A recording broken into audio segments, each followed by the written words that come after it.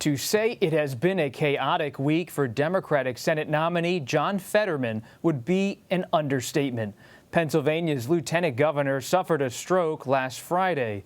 Then on Tuesday, he voted from the hospital via emergency absentee ballot in the state's Democratic Senate primary.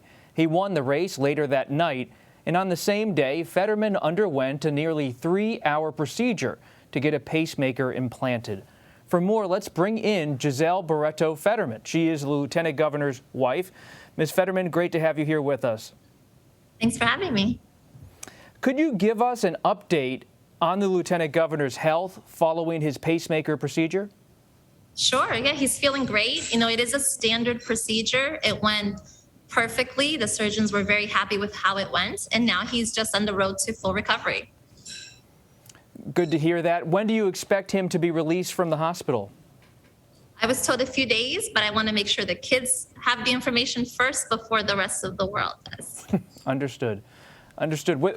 What was his health scare and this whole experience been like for you and your family? A reminder that, we're just another American family who goes through things like this. The stroke was very sudden. I witnessed it happening. I saw his mouth move in a certain way that just didn't feel right, or something seemed off, and immediately rushed him to the emergency room. He was able to get the best care and completely reverse the stroke.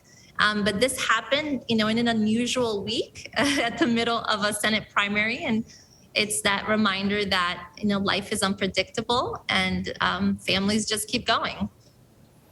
I had risen very early that day in Washington to drive up to Pennsylvania to go to the Lieutenant Governor's 9 a.m. event. So this seemed to have happened over breakfast last Friday morning. I saw he posted a picture of you two sharing breakfast together. How did it all unfold, as you recall? We had breakfast, and then we were headed to an event.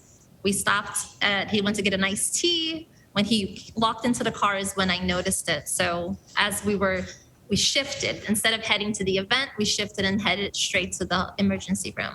So all the events were canceled. All the things you can't plan for all happened that morning.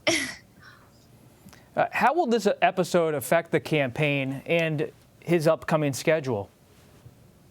He's getting a little break. Our plan was to take a week off after Tuesday evening. His little break came a little earlier than Tuesday. You can't plan for it, but that's what happens. And as soon as he's back, he'll be back on the trail. I don't think it's going to affect it.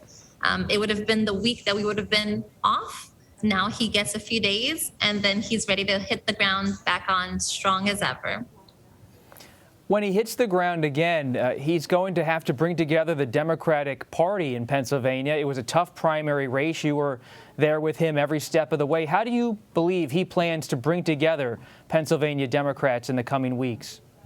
Sure. I think we're going to continue doing what we did. If you saw the results, he won every single county in Pennsylvania, 67 counties. I don't know if that's ever been done before, but it was done this Tuesday. And I think that's the approach that we have is we go everywhere, we talk to everyone, we write no one off, and we have those conversations with as many people as will listen. And we engage, and we'll continue to do the same thing leading into November. Do you see him reaching out to Trump voters in the state? We do. We reach out to them all the time. We'll have conversations with folks that we know didn't vote our way, but are open to listening. And I think you have to be willing to listen. You have to try to connect. And even if we don't have 9 things in common, we still have something in common. We want to raise our families. We want them to live in safe communities. We want them to have opportunities, access to what they need. So there's always something you can connect with someone on. And even me as an immigrant, I have folks who will say, oh, well, I don't like other immigrants, but you seem nice. And I get to challenge that. Well, what do you mean? Why do you feel this way? Where did you learn that? And these are the conversations I think Democrats have been scared to have, but they're important. We don't believe in writing anybody off. Gisele, how do you see the general election race now unfolding, if it's Dr. Mehmet Oz as the Republican Senate nominee or if it's David McCormick? We're going to continue to run the race our way. Just like we ran the primary, it was a clean, kind race. We never attacked our opponents. We ran on issues and experience and hopes and dreams and what we can see for our state. We're going to do the same thing. And, the views from each party are very different. It's two sides of a coin. It's the things that we believe in. We're going to continue to campaign on that, and we can let our opponent candidate on their issues.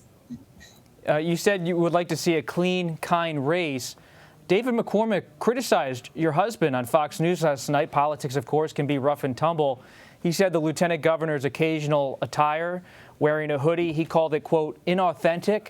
He said John Fetterman, quote, went to Harvard and has a trust fund. Pretty tough stuff. What's your response to that from Mr. McCormick?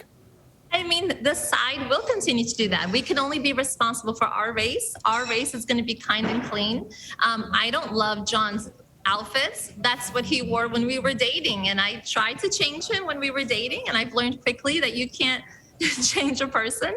And I'm much more concerned with what's in his heart and how he votes than what he wears to those votes. Republicans in Pennsylvania, just crisscrossing the state myself, have now nominated State Senator Doug Mastriano for governor. He attended former President Trump's Stop the Steal rally on January 6th of last year. He's also worked to overturn President Biden's victory. How does Mastriano, even though he's not in the Senate race, of course, how does he factor into the Senate race for the lieutenant governor? I think it's scary because it shows what's on the line, right? How important it will be to elect a Democratic governor, and what we're up against, and how important this race will be, and what will it mean for the future of not only the state of Pennsylvania, but for this country. And final thing, really appreciate your time. President Biden recently this week issued a statement in support of the lieutenant governor, John's campaign. Do you and him expect to campaign with the president in the coming months? We do. We had a great call with him. He reached out. I didn't let John speak with him because John had to rest. So I think I'm maybe the first person who said, sorry, you can't talk to the president. You have to sleep. But we had a great call. We talked about working together, and I do look forward to working with him leading up to November. Gisele Barreto Fetterman, thank you very much for your time, and give our best to the lieutenant governor as he makes his recovery. I sure will. Thank you.